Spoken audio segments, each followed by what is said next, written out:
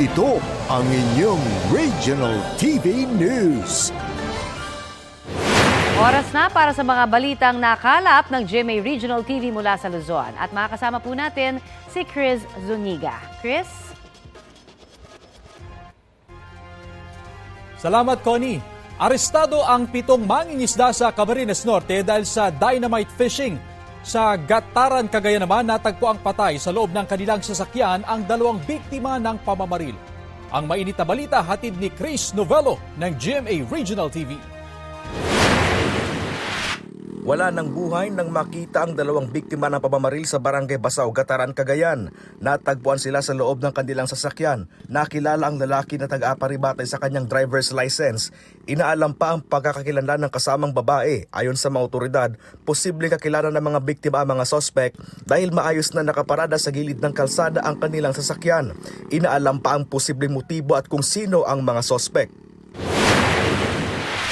Hindi na nakapalag ang lalaki ngayon matapos mahuli sa buy-bust operation sa Barangay Balatas, Naga City, Camarines Sur.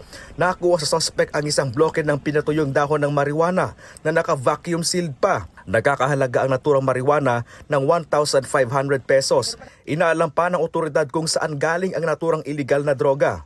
Sad to say, mga estudyante yung iba.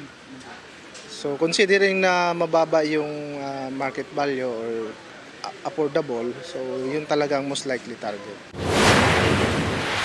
Sa Camarines Norte naman, 6 ang arestado dahil sa illegal na dynamite fishing. Kasunod yan ng Seaborne Patrol ng Maritime Police sa dagat na sakop ng Vinsons at Paracale.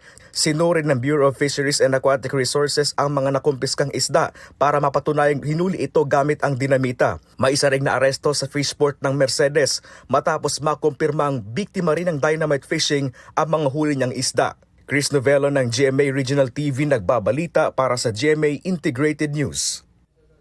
Kapuso, para sa mga maiinit na balita, mag-subscribe sa GMA Integrated News sa YouTube. Sa mga kapuso naman abroad, subaybayan nyo kami sa GMA Pinoy TV at sa www.gmanews.tv.